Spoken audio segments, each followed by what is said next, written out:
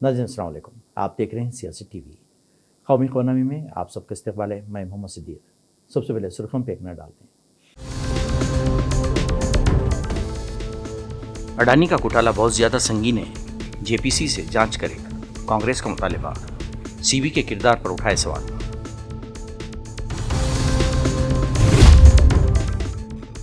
Hindenburg की जानिब से लगाए गए इल्जामात की सीवी चीफ माधवी बोच की तरदीद, इल्जामात को बेबुनियाद करार दिया।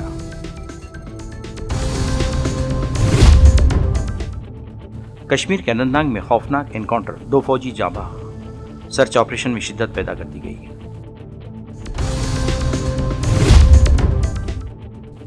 कांग्रेस के बुजुर्ग रहनुमा साबिक वज़ीर ख़ारजा नटवर सिंह नहीं रहे, सरकर्दा रहनुमाओं का खराज अक़ीदत।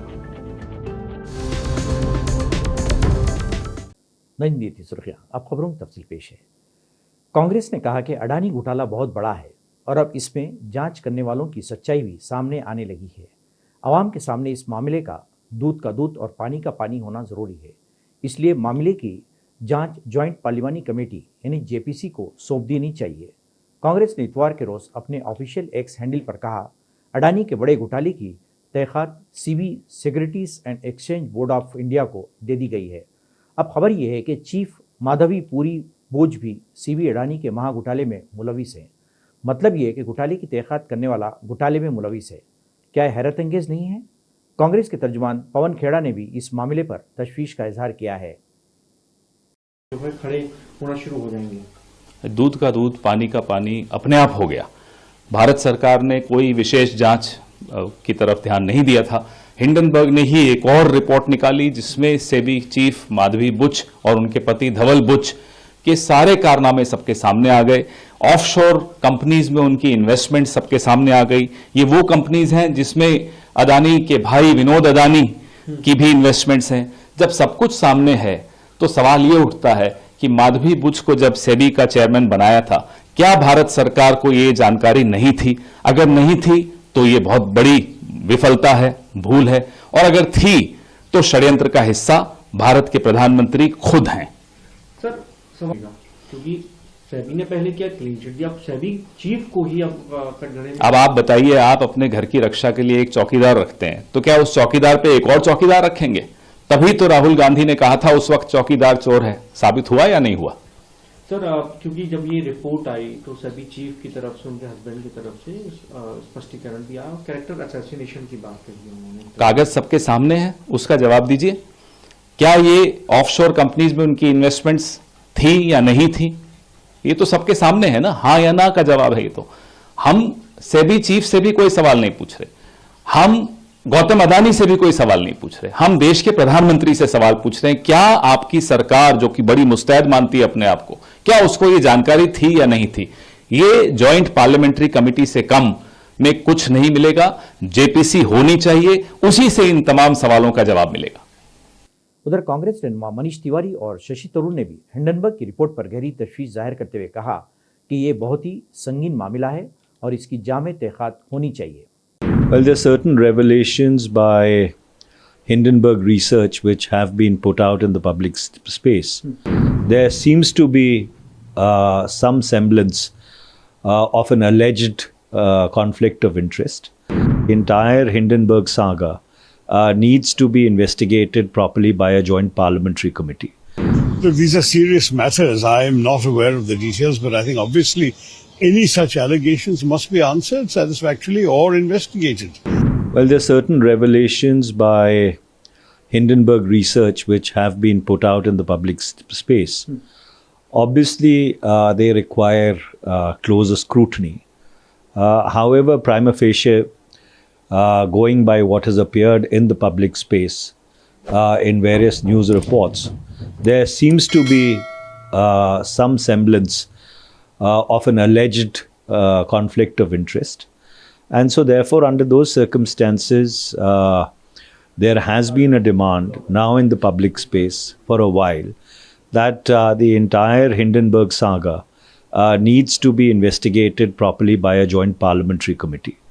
And so therefore, it would be in the fitness of things that if a joint parliamentary committee is constituted to go into all these issues at length, because they do require a quietus, and a quietus will only come once a joint parliamentary committee has looked at them.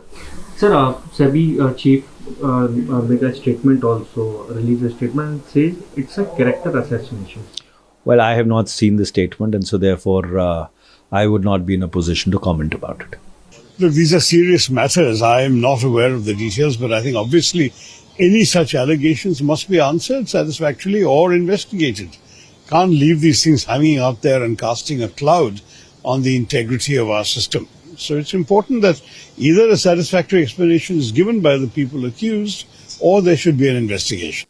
दूसरी जानिब सरमाया बाजार की मुंसिबत इदारे CB की chairperson Madhavi Puri Bose ने अमरीकी research firm Hindenburg की report में अपने खिलाफ लगाए गए इल्जामात को बेबुनियाद करार देते हुए कहा कि सीबी ने हिंडनबर्ग के खिलाफ कार्रवाई का नोटिस जारी किया है और इसकी ये रिपोर्ट किरदार कशी का इक़दाम है। माधवी बुश ने इतवार के रोज़ जारी करदा बयान में कहा कि इन्होंने सीबी में काम करते हुए अपनी माली सरमायाकारी के बारे में कुछ नहीं छुपाया है और इनके बारे में मुकम्मल मालूमात दी हैं।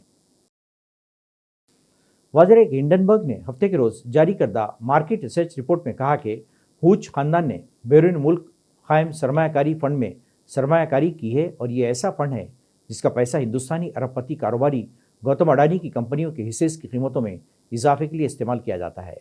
रिपोर्ट में मोहतरमा माधवी बूच के शौहर धावल बूच की अमेरिका में कायम प्राइवेट इक्विटी इन्वेस्टमेंट फंड चलाने वाले ग्रुप के साथ वाबस्तगी का भी जिक्र है, जिससे हिंदुस्तान के मार्केट रेगुलेटर के आला ओहदे पर फायज शख्स के मफादात के तसादुम की निशानदेही होती है। अमरीकी short seller firm Hindenburg research की नई रिपोर्ट सामने आने के बाद हंगामा बर्पा हो गया है। अब अडानी ग्रुप ने इस रिपोर्ट पर पहला रद्दमल जाहिर किया है। अडानी ग्रुप ने इतवार को हिंडनबर्ग की तरफ से लगाए गए इल्जामात की तरदीद की और कहा कि इसका सीबी चीफ माधवी पुरी के साथ कोई तिजारती ताल्लुक नहीं है, जिसका दावा हिंडनबर्ग की रिपोर्ट में किया गया है। हिंडनबर्ग के ताज़ा मामले ने बीजेपी को बौखलाहट से दोचार कर दिया है, जिसके बाद बीजेपी दिफा के मूड में आ गई है। उधर बीजेपी के तर्जुमान सुधांशु त्रिवेदी ने इल्ज़ाम लगाया कि कांग्रेस के तार हिंडनबर्ग से जुड़े हैं और वही ये सब करवा रही है। जब जब भारत में संसद का सत्र चलता है तब तब विदेश में कोई ना कोई रिपोर्ट छपती है। बीबीसी की डॉक्यूमेंट्री संसद सत्र शुरू होने से ठीक पहले आई थी। जनवरी में हिंडनबर्ग की रिपोर्ट बजट सत्र शुरू होने से ठीक पहले आई थी। आज बरबस विपक्ष ने जब संसद सत्र का विषय उठाया तो ये और साफ हो गया कि इसका मतलब ये संदेह बहुत गहरा हो जाता है कि सीमा पार से विपक्ष के कुछ ऐसे तार जुड़े हुए हैं कि भारत के हर संसद सत्र के दौरान एक अव्यवस्था का वातावरण उत्पन्न किया जाए। हिंडनबर्ग के द्वारा इस प्रकार का वक्तव्य और उस समय जब लगभग नियमानुसार तो संसद का सत्र चलता होना चाहिए था और उसके ऊपर विपक्ष ने जिस प्रकार से 7 समंदर पार से उठे उस सुर में ताल मिलाने का काम किया है, ये अपने आप में पहली घटना नहीं है। विगत कई वर्षों से आपने देखा जब जब भारत का संसद का सत्र शुरू होता है, एक मिनट इसको वो कर दीजिए, भारत की जांच एजेंसियों में से जांच का सामना कर रही एक कंपनी हिंडनबर्ग के द्वारा 7 समंदर पार से एक सुर उठाया जाता है और सारा विपक्ष उसमें ताल मिलाने लगता है। और उससे भी अधिक गंभीर बात यह है कि वो संसद सत्र के साथ उसका संबंध जोड़ देते हैं। मैं पूछना चाहता हूं विपक्ष से कि इसका अर्थ यह हुआ कि को ये पता था कि संसद सत्र के दौरान ही वो रिपोर्ट आनी थी। और यह मैं इसलिए देश के प्रबुद्ध लोगों से कहना चाहता हूं, विगत कई वर्षों से जब जब भारत में संसद का सत्र चलता है तब तब विदेश में कोई ना कोई रिपोर्ट छपती है। याद करिए, बीबीसी की डॉक्यूमेंट्री संसद सत्र शुरू होने से ठीक पहले आई थी। जनवरी में हिंडनबर्ग की रिपोर्ट बजट सत्र शुरू होने से ठीक पहले आई थी। कभी रिलीजियस फ्रीडम की रिपोर्ट आती है, कभी किसानों को लेकर कमेंट आता है विदेश से, तो कभी ग्रेटा थनबर्ग का स्टेटमेंट। ये सारे सीक्वेंस जाके देख लीजिएगा, संसद सत्र के दौरान ही आते हैं। और आज बरबस विपक्ष ने जब संसद सत्र का विषय उठाया तो ये और साफ हो गया कि इसका मतलब ये संदेह बहुत गहरा हो जाता है कि सीमा पार से विपक्ष के कुछ ऐसे तार जुड़े हुए हैं कि भारत के हर संसद सत्र के दौरान एक अव्यवस्था का वातावरण उत्पन्न किया जाए। और यह बात हम गंभीरता से कह रहे हैं कि विपक्षी दल भारत में अस्थिरता और अराजकता उत्पन्न करना चाहते हैं। क्योंकि अभी हाल ही में संपन्न चुनाव भारत के इतिहास के इकलौते चुनाव थे जब 7 समंदर पार से बैठे हुए किसी धन कुबेर ने कहा, जॉर्ज सोरोस ने, कि मैंने $1 बिलियन रखे हुए हैं भारत में मोदी जी की सरकार को हटाने के लिए। कोई एक घटना होती तो किसी देश का बयान आ जाता है, तो कभी कोई रिपोर्ट आ जाती है।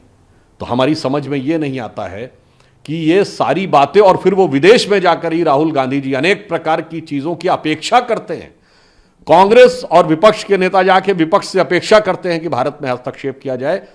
और मैं पुनः गंभीरता के साथ कहना चाहता हूं, वज़ीर ख़ारजा जयशंकर ने आज इतवार को मालदीव के अदू शहर का दौरा किया, जहां इन्होंने हिंदुस्तानी ताउन से शुरू किए गए बड़े प्रोजेक्ट्स का इफ्तिताह किया, जिसमें ज़मीनी इस्लाहात का मंसूबा भी शामिल है। मिस्टर जयशंकर का मालदीव का सरकारी दौरा सर मोहम्मद मोइस के ओहदा संभालने के बाद किसी हिंदुस्तानी बड़ी शख्सियत का पहला दौरा है। वज़ीर ख़ारजा ने अपने दौरे के दौरान उदू रिक्रिएशन प्रोजेक्ट और उदू बीच कंजर्वेशन प्रोजेक्ट का इफ्तिताह किया और एक प्रोजेक्ट गावकेडी और मरादू को मिलाने वाले पुल हिंदुस्तान की अफकिन्स कंपनी तामीर कर रही है। कश्मीर के ज़िले अनंतनाग में फ़ौज की तलाशी मुहिम के दौरान एक तसादुम में 2 फौजी जवान जाँबाज हो गए, जिसके बाद फ़ौज ने अनंतनाग और कश्तवारा में पूरे इलाके का मुहासरा कर लिया और दरअंदाजों की तलाशी मुहिम में शिद्दत पैदा कर दी कि आर्मी और जम्मू कश्मीर पुलिस के मुश्तरका तलाशी ऑपरेशन के दौरान ये तसादुम हुआ समझा जाता है कि घने जंगल में छुपे अलहदगी पसंदों ने अचानक फौजी जवानों पर फायरिंग शुरू कर दी, जिसके नतीजे में 2 जवान मौके पर ही हलाक हो गए। फौज की जवाबी फायरिंग में जारी रही, ताहम हमलावर राय फरार इख्तियार करने में कामयाब हो गए। ताहम फौज ने पूरे जंगल का मुहासरा कर लिया है और तलाशी मुहिम में शिद्दत पैदा कर दी गई है। मुल्क के साबिक़ वज़ीर ख़ारजा और कांग्रेस के बुजुर्ग रहनुमा नटवर सिंह तवील अदालत के बाद 95 साल की उम्र में इंतकाल कर गए। इन्हें गुरुग्राम के एक प्राइवेट अस्पताल में दाखिल किया गया था, जहां उनका इलाज चल रहा था।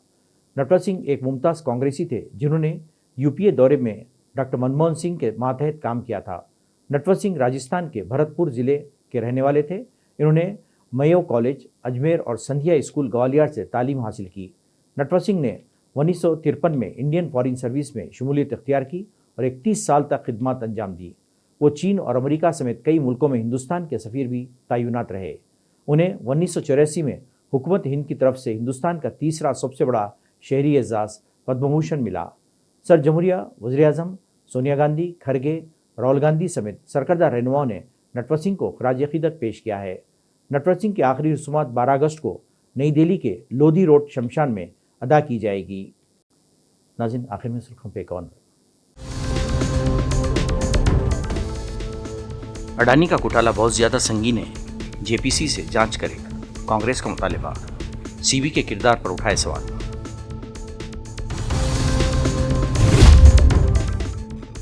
हिंडनबर्ग की जानिब से लगाए गए इल्जामात की सीवी चीफ माधवी बोच की तरदीद, इल्जामात को बेबुनियाद करार दिया।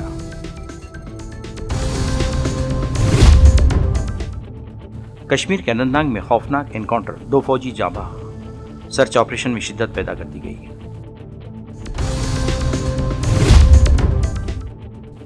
कांग्रेस के बुजुर्ग रहनुमा साबिक़ वज़ीर ख़ारजा नटवर सिंह नहीं रहे, सरकर्दा रहनुमाओं का खराज अक़ीदत। नाज़रीन, इसके साथ ही कौमी खबरनामा ख़त्म होता है। मुझे और सारी सियासत की टीम को इजाज़त दें। अल्लाह हाफ़िज़।